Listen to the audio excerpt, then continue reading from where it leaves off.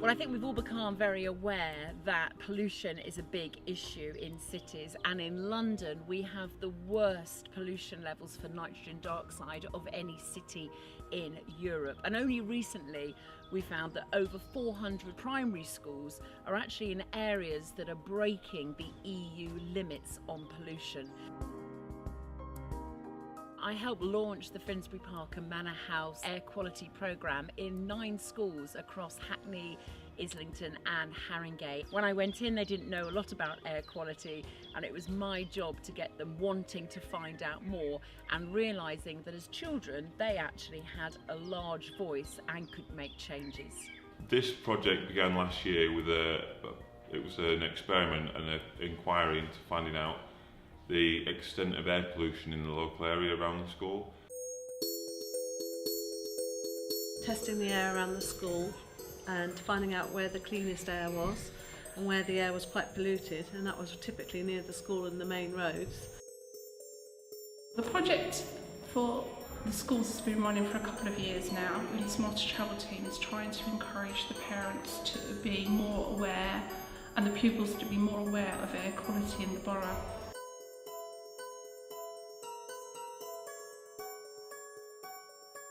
The schools that have taken part in the Water Zone project actually took part in the air quality project last year.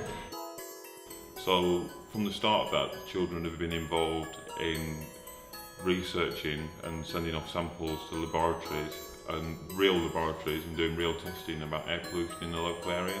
And then this year's Year 4 have just had a wonderful time learning all about the Mapping Legacy project, learning about how easy it is to actually walk to school and creating their 5 and 10 minute mapping zones.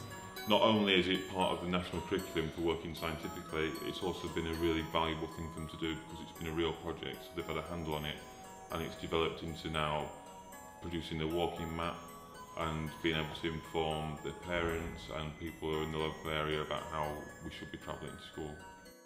The important thing for me is that we've involved children here. We've got them enthused about a subject they knew very little about, and we've given them the chance to do their own scientific experiments.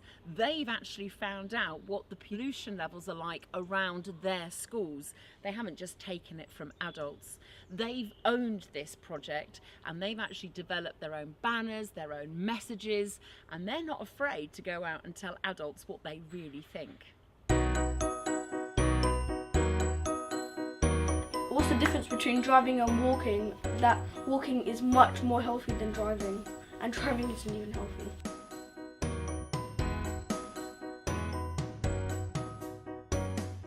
If you need a car, you can drive it, but out of 5-minute walking zone.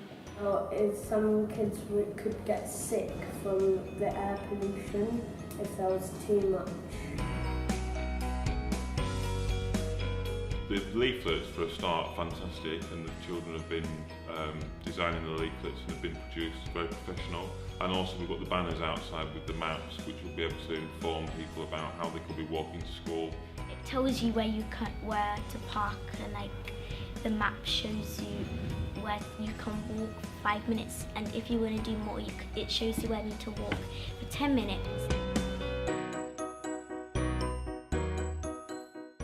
I was very impressed with the enthusiasm of the children when they came here. A lot of our community programs are just about that, trying to encourage people, children, young and old, to do exercise, to play games. It doesn't need to be torture to keep fit. It should be, we want it to be pleasurable and fun. Whatever sports activity or exercise activity that you take up should have a benefit. And when if you're walking instead of going on the bus, it's got a lot of benefits. You'll be fit because if you walk, then it makes you healthy. Ideally, we want to reduce pollution in London and improve the air quality.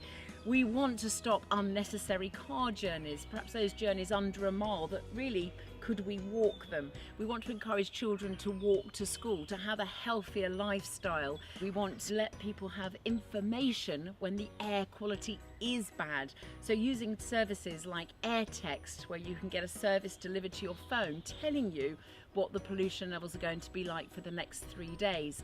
That means you can then plan your physical activities in the best conditions possible.